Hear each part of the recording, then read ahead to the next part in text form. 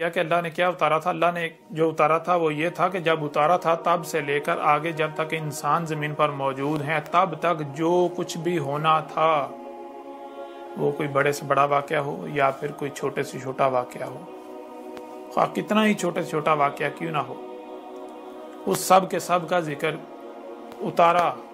یہ جو قرآن آپ کے دونوں ہاتھوں کے درمیان ہے جس کے آپ دعوے دار ہیں، یعنی اگر آج اس وقت جو کچھ بھی ہو رہا ہے، مثال کے طور پر آج ایک بہت بڑا واقعہ ہو رہا ہے، میں اللہ کا رسول احمد عیسیٰ موجود ہوں، حق ہر لحاظ سے کھول کھول کر واضح کر رہا ہوں، اللہ کی آیات کو بیان کر رہا ہوں، کھول کھول کے واضح کر رہا ہوں، اور پھر میرے مقابلے پر جو میرا قذف کیا جا رہا ہے، میرا کفر و قذف کیا جا رہا ہے، میرے خلاف جو محاذ کھولا گیا ہوا ہے، یہ کوئی چھوٹا واقعہ ہے؟ یہ بہت بڑا واقعہ ہے، یہ غیر معمولی واقعہ ہے۔ تو اس کی بھی تاریخ اس قرآن میں ہونی چاہیے، اس کا ذکر بھی ہونا چاہیے، اگر نہیں تو یہ قرآن اپنے دعوے میں جھوٹا ثابت ہو جاتا ہے۔ اللہ کہہ رہا ہے اللہ نزل احسن الحدیث، اور قرآن میں آج جو ہو رہا ہے اس کا ذکر نہ ہو، یہ کیسے ممکن ہے؟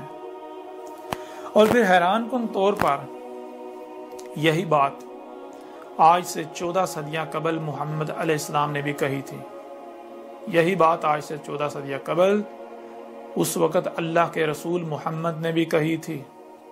محمد نے کہا تھا کہ یہ جو قرآن ہے اس میں وہ سب کا سب بھی موجود ہے جو اس سے پہلے ہو چکا، خواہ وہ بڑے سے بڑا واقعہ ہو یا پھر چھوٹے سے چھوٹا واقعہ ہو، سب کا سب اس قرآن میں موجود ہے۔ اور پھر کہا اس قرآن میں وہ سب کا سب بھی موجود ہے جو اس وقت ہو رہا ہے۔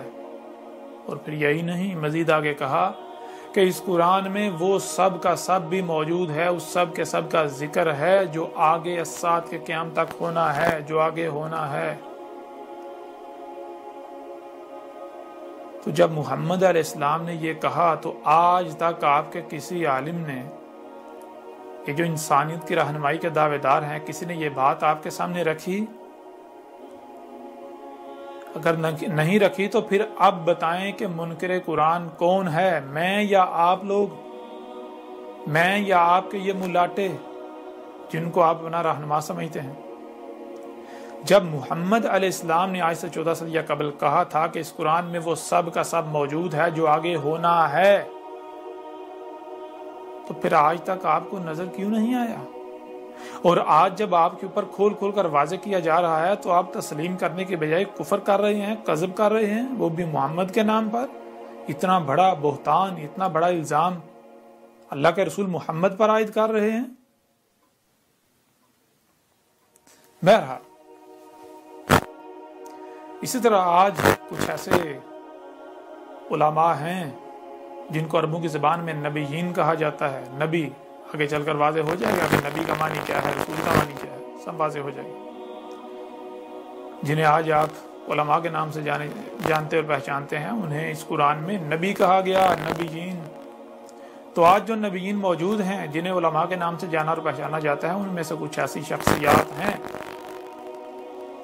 جو آج کل یہ بات کر رہی ہیں کہ اس قرآن میں وہ سب کا سب موجود ہے جو آج ہو رہا ہے، لیکن ہمیں نظر نہیں آ رہا، یہ بھی تسلیم کر رہے ہیں۔ اور وہ کہہ رہے ہیں کہ ہمیں اس قرآن سے جاننا ہوگا، ہمیں اس قرآن سے تلاش کرنا ہوگا۔ بہرحال اب سوال یہ پیدا ہوتا ہے، ایک طرف یہ کہا جا رہا ہے اللہ نزل احسن الحدیث، اللہ نے جو اتارا تھا وہ کیا اتارا تھا؟ احسن الحدیث، یعنی اپنے نزول سے لے کر الساعۃ کے قیام تک جو کچھ بھی ہو رہا ہے وہ اتارا تھا۔ جب محمد کو بھیجا گیا تب سے لے کر جب تک الساعۃ نہیں آ جاتی تب تک جو کچھ بھی ہونا تھا وہ سب کا سب اس قرآن کی صورت میں اتار دیا تھا۔ میں آپ سے سوال کرتا ہوں کہ ذرا آج سے اپنے آپ کو 500-600 سال یا 1000 سال پیچھے لے کے جائیں، 1000 سال، اور اس دور کا آج کے دور کے ساتھ موازنہ کریں۔ آج یہ جو غیر معمولی مشینیں ہیں، ایجادات ہیں، آلات ہیں، یہ ترقی کے نام پر جو کچھ کیا جا رہا ہے، پہاڑوں کو پھاڑا جا رہا ہے، زمین کو پھاڑا جا رہا ہے، زمین کے خزانے نکالے جا رہے ہیں، اللہ کے غیب سے کفر کیا جا رہا ہے، یہ جو کچھ بھی کیا جا رہا ہے، کیا یہ معمولی امور ہیں؟